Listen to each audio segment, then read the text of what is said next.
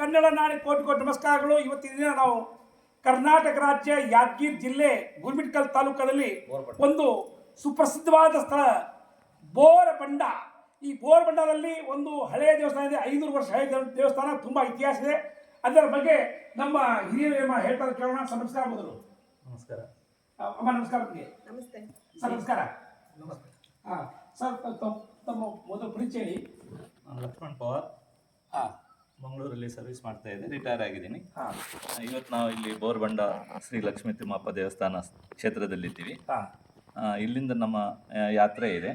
10 ಕುಟುಂಬದ ಜೊತೆಯಲ್ಲಿ ಶ್ರೀ ನರೇಂದ್ರ ರಾಠೋಡ್ ಅವರು ನಮ್ಮನ್ನೆಲ್ಲ ದರ್ಶನ ಮಾಡೋಕ್ಕೋಸ್ಕರ ಅಯೋಧ್ಯ, ಕಾಶಿ ವಿಶ್ವನಾಥ ಮತ್ತು ಕುಂಭಮೇಳ ದರ್ಶನ ಮಾಡಿ 3 ದಿನದ ಪ್ರವಾಸ ಇದೆ. ಆ ಪ್ರವಾಸ ಮುಗಿಸಿ ಬರ್ತೀವಿ. ಮತ್ತು ಶ್ರೀ ನರೇಂದ್ರ ರಾಠೋಡ್ ಅವರಿಗೆ ಇನ್ನೂ ಹೆಚ್ಚು ಶಕ್ತಿ ಕೊಡಲಿ, ಸಮಾಜದ ಸೇವೆ ಮಾಡಲಿಕ್ಕೆ ಅಂತ ಹೇಳಿ ನಮ್ಮ ಪರವಾಗಿ ಲಕ್ಷ್ಮೀ ತಿಮ್ಮಪ್ಪ ಅವರನ್ನು ಬೇಡ್ಕೊಳ್ತೀವಿ. ಧನ್ಯವಾದ. ಜೈ ಶ್ರೀರಾಮ್, ಜೈ ಶ್ರೀಕೃಷ್ಣ, ಜೈ ಲಕ್ಷ್ಮೀ ತಿಮ್ಮಪ್ಪ. ಈ ವಿಶೇಷ ಅಂದರೆ ನಾನು ಸುಮಾರು ಸಲ ಬಂದಿದ್ದೀನಿ ಇಲ್ಲಿ. ನಾನು ಅಂದರೆ ಇಲ್ಲಿಂದ ನರೇಂದ್ರ ರಾಠೋಡ್ಜಿ ಅಣ್ಣವ್ರು ಇದ್ದಾರಲ್ಲ, ಅವರ ನೇತೃತ್ವದಲ್ಲಿ ಕುಂಭಮೇಳಕ್ಕೆ ಕರ್ಕೊಂಡು ಹೋಗ್ತಾ ಇದ್ದಾರೆ 10 ದಂಪತಿಗಳಿಗೆ ಜೋಡಿ. ಅದು ವಿಶೇಷ. ಅವರು ಅಷ್ಟು ದೊಡ್ಡ ಇದು ಮಾಡ್ತಾ ಇದ್ದಾರೆ. ಅವರು ಇಲ್ಲಿಂದ ಎಲ್ಲರಿಗೆ ದರ್ಶನ ಆಗಬೇಕು ನನ್ನ ಇದರಿಂದ ಅಂಥೇಳಿ.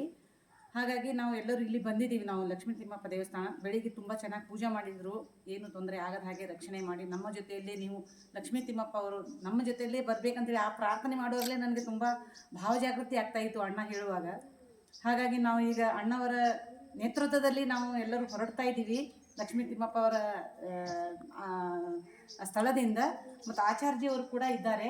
ಅವರು ತುಂಬ ಚೆನ್ನಾಗಿದೆ ಪೂಜೆ ಮಾಡಿಸಿ ನಮಗೆ ಪ್ರಸಾದವನ್ನು, ದೇವರ ಅಲಂಕಾರ, ಪ್ರಸಾದ ಎಲ್ಲ ಕೊಟ್ಟರು. ಆರತಿ ತುಂಬ ಚೆನ್ನಾಗಿ ಮಾಡಿದರು. ಹೀಗಾಗಿ ನಮಗೆ ಒಳ್ಳೆ ದರ್ಶನ ಮಾಡಿಸ್ತಾ ಇದ್ದಾರೆ ನರೇಂದ್ರ ಅಣ್ಣವರು. ಅಣ್ಣ ಮತ್ತು ಲಕ್ಷ್ಮೀ ತಿಮ್ಮಪ್ಪ ಅವರಿಗೆ ಕೋಟಿ ಪ್ರಣಾಮ ಅಣ್ಣ. ನಿಮ್ಮ ನೇತೃತ್ವದಲ್ಲಿ ನಾವು ದರ್ಶನಕ್ಕೆ ಹೊರಡ್ತಾ ಇದ್ದೀವಿ. ಏನು ನಿರ್ವಿಘ್ನವಾಗಿ ದರ್ಶನ ಮಾಡಿಸ್ಕೊಂಡು ನಾವು ಪುನಃ ನಾವು ಲಕ್ಷ್ಮೀ ತಿಮ್ಮಪ್ಪ ದೇವಸ್ಥಾನ ಬರಬೇಕಂತ ನಾವು ಬೇಡ್ಕೊಂಡು ಹೊರಡ್ತಾ ಇದ್ದೀವಿ.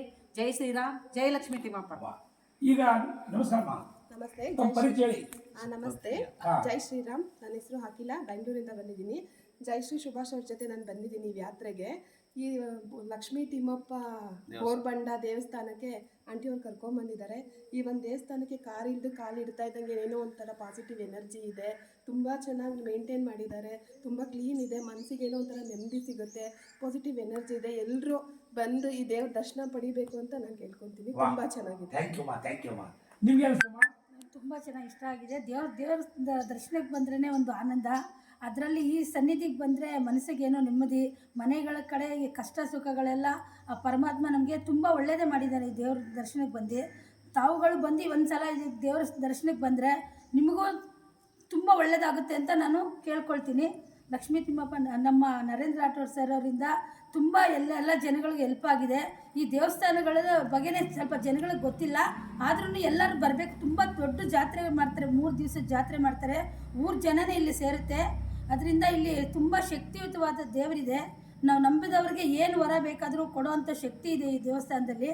ನೀವು ಬಂದು ಒಂದು ಸಲ ಭೇಟಿ ಕೊಟ್ಟರೆ ತುಂಬ ನಿಮಗೂ ಅದು ಹೇಳೋದಲ್ಲ, ಅದು ನಿಮ್ಗೆ ಅನುಭವನೇ ಆಗುತ್ತೆ. ಅದು ಈಗ ನಮ್ಮ ಸಮಾಜದ ದಾನ ಸುರಕರಣ ಮಾರ್ಗ ದೇವತಾ ಪುರುಷ ಶ್ರೀ ನರೇಂದ್ರ ರಾಠೋಡ್, ಸೆಕೆಂಡ್ ಲಕ್ಕೀಸಾ ಬಂಜಾರಾಸ್ ಅಥವಾ ಸೆಕೆಂಡ್ ಹಾತಿರಾಮ್ ಬಾಬಾ ಅಂತ ಹೇಳ್ಬೋದು.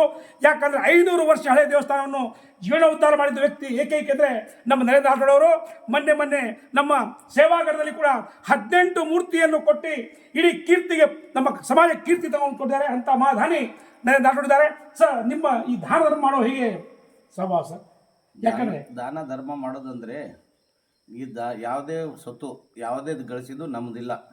ಅದು ಏನಂತಾರಲ್ಲ, ಅದು ಏನು ಮಾಡ್ರು ಸ್ವಾಮಿ, ಪರಾಯ ಅದು ಅಂದರೆ ದೇವರು ಏನು ಕೊಟ್ಟಿದ್ದಾರೆ ಅದು ನಮಗೆ ಅದೇ ಥರನೇ ನಾವು ಬೇರೆಯವ್ರಿಗೆ ದಾನ ಮಾಡಬೇಕು. ಯಾವುದು ನಮ್ಮದು ನಾನೇ ಸ್ವತಃ ಇಲ್ಲ ಅಂದಮೇಲೆ ಇದೆಲ್ಲ ನಂದು ಆಗಲ್ಲ. ಅದಕ್ಕೆ ದೇವರು ಕೊಟ್ಟಿದ್ದನ್ನು ಹಂಚಿಕೊಟ್ರೆ ಅದೇ ಒಂದು ಎಲ್ಲರಿಗೆ ಅದರಲ್ಲಿಂದ ಒಳ್ಳೇದಾಗುತ್ತೆ. ಮತ್ತು ಈ ದೇಶ ಸಲುವಾಗಿ, ರಾಜ್ಯ ಸಲುವಾಗಿ, ಜನ ಸಲುವಾಗಿ, ಸಮಾಜ ಸಲುವಾಗಿ ಎಲ್ಲರಿಗೂ ಒಳ್ಳೇದಾಗಲಿ ಅಂತೇಳಿ ನಾವು ಒಳ್ಳೆಯ ಕೆಲಸ ಮಾಡೋದು. ಮತ್ತು ಇವತ್ತಿನ ದಿನ 9ನೇ ತಾರೀಕು 2ನೇ ತಿಂಗಳ ಐತವಾರ 2025 ಎಲ್ಲರೂ ಕುಂಭಮೇಳ ಮಹಾಕುಂಭಮೇಳ 144 ವರ್ಷಕ್ಕೆ ಒಂದು ಸಾರಿ ಬರ್ತದಂತ ಹೇಳಿ ಎಲ್ಲ ಯೋಗಿಗಳು ಮಹಾನ್ ಪುರುಷರು ಕೆಲವು ಕೋಟಿಗಟ್ಟಲೆ ಸಾಧು ಸಂತರು ಬಂದು ಆ ಅಮೃತ ಸ್ನಾನ ಮಾಡ್ತಾ ಇದ್ದಾರೆ. ಹಾಗಾಗಿ ನಮಗೂ ಆ ಸ್ನಾನ ಮಾಡಬೇಕನ್ನೋದು ಒಂದು ದೇವರು ನಮ್ಮ ಮನಸ್ಸಲ್ಲಿ ಹುಟ್ಟಿಸಿದ್ರು. ಆದ ಕಾರಣ ನಾನು ಒಬ್ಬನೇ ಹೋಗಿ ಸ್ನಾನ ಮಾಡಿದ್ರೆ ಸರಿ ಇರಲ್ಲ, ನನ್ನ ಜೊತೆಗೆ ನನ್ನ ಹೆಂಡ್ತಿನೂ ಇದ್ದರೆ ಜೋಡಿಲಿಂದ ಸ್ನಾನ ಮಾಡಬೇಕನ್ನೋದು ಮೊದಲನೇ ಅಭಿಪ್ರಾಯ ಆಯಿತು. ಆಮೇಲೆ ನಾನು ಒಬ್ಬರು ಹೋದರೆ ಸರಿ ಕಾಣಲ್ಲ, ನನ್ನ ಜೊತೆಗೆ 4 ಮಂದಿ ಕರ್ಕೊಂಡು ಹೋಗ್ಬೇಕನ್ನೋದು ಅದರ ಸಲುವಾಗಿ ನಾವೀಗ 20 ಮಂದಿ 10 ಜೋಡಿಯನ್ನು ಈ ದಿನ ಇವತ್ತು ಹೈದ್ರಾಬಾದ್ಲಿಂದ ಪಟ್ನಾಗೆ ಫ್ಲೈಟ್ ಇದೆ. ಪಟ್ನಾಲಿಂದ ಮತ್ತೆ ರಾತ್ರಿ ವಾರಣಾಸಿ ಕಾಶಿ ವಿಶ್ವನಾಥ್ ಅಲ್ಲಿ ಸೇರ್ಕೋತೀವಿ. ನಾಳೆಗೆ ಸೋಮವಾರ ಬೆಳಿಗ್ಗೆ ಕಾಶಿ ವಿಶ್ವನಾಥ್ ದೇವರ ದರ್ಶನ ಪಡೆದು ಮತ್ತೆ ನಾಳೆಗೆ ಸಾಯಂಕಾಲ ತನಕ ಮಹಾಕುಂಭ ಮೇಳಕ್ಕೆ ಸೇರ್ಕೋತೀವಿ.